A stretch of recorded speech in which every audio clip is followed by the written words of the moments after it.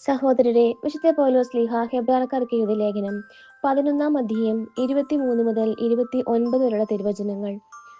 വിശ്വാസം മൂലം മോശയെ അവൻ ജനിച്ചപ്പോൾ മാതാപിതാക്കന്മാർ 3 മാസത്തേക്ക് ഒളിച്ചു വെച്ചു. എന്തെന്നാൽ കുട്ടി സുന്ദരനാണെന്ന് അവർ കണ്ടു. രാജകൽപ്പനയെ അവർ ഭയപ്പെട്ടില്ല. മോശ വളർന്നു വന്നപ്പോൾ ഫറവോയുടെ മകളുടെ മകൻ എന്ന് വിളിക്കപ്പെടുന്നത് വിശ്വാസം മൂലം അവൻ നിഷേധിച്ചു. പാപത്തിന്റെ നൈമിഷിക സുഖങ്ങൾ ആസ്വദിക്കുന്നതിനേക്കാൾ ദൈവജനത്തിന്റെ കഷ്ടപ്പാടുകളിൽ പങ്കുചേരുന്നതിനാണ് അവൻ ഇഷ്ടപ്പെട്ടത്. ക്രിസ്തുവിനെ പ്രതി സഹിക്കുന്ന നിന്ദനങ്ങൾ ഈജിപ്തിലെ നിധികളേക്കാൾ വിലയേറിയ സമ്പത്തായി അവൻ കരുതി. തനിക്ക് ലഭിക്കാനെന്ന പ്രതിഫലത്തിലാണ് അവൻ ദൃഷ്ടി പതിച്ചത്. രാജകോപം ഭയപ്പെടാതെ വിശ്വാസത്താൽ അവൻ ഈജിപ്ത് വിട്ടു. അദൃശ്യനായവൻ ദർശിച്ചാൽ എന്ന പോലെ അവൻ സഹിച്ചു നിന്നു. ആദ്യജാതന്മാരെ കൊല്ലുന്നവൻ അവരെ സ്പർശിക്കാതിരുന്നത് വിശ്വാസത്തിൽ അവൻ പെസഹ ആചരിക്കുകയും രക്തം തളിക്കുകയും ചെയ്തു.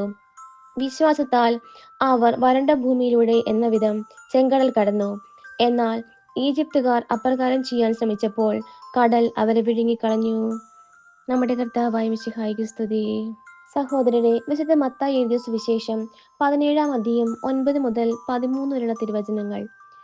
മലയിൽ നിന്ന് ഇറങ്ങുമ്പോൾ യേശു അവരോട് ആജ്ഞാപിച്ചു, മനുഷ്യപുത്രൻ മരിച്ചവരിൽ നിന്ന് ഉയർപ്പിക്കപ്പെടുന്നതുവരെ നിങ്ങൾ ഈ ദർശനത്തെപ്പറ്റി ആരോടും പറയരുത്.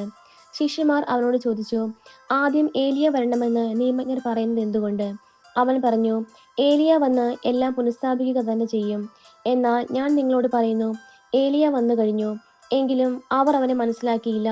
തങ്ങൾക്ക് ഇഷ്ടമുള്ളതെല്ലാം അവർ അവനോട് ചെയ്തു. അതുപോലെ മനുഷ്യപുത്രനും അവരിൽ നിന്ന് പീഡകൾ ഏൽക്കാൻ പോകുന്നു. സ്നാപക യോഹന്നാനെ പറ്റിയാണ് അവൻ തങ്ങളോട് സംസാരിച്ചതെന്ന് അപ്പോൾ ശിഷ്യന്മാർക്ക് മനസ്സിലായി. നമ്മുടെ കർത്താവായ മിശിഹായ്ക്ക് സ്തുതി.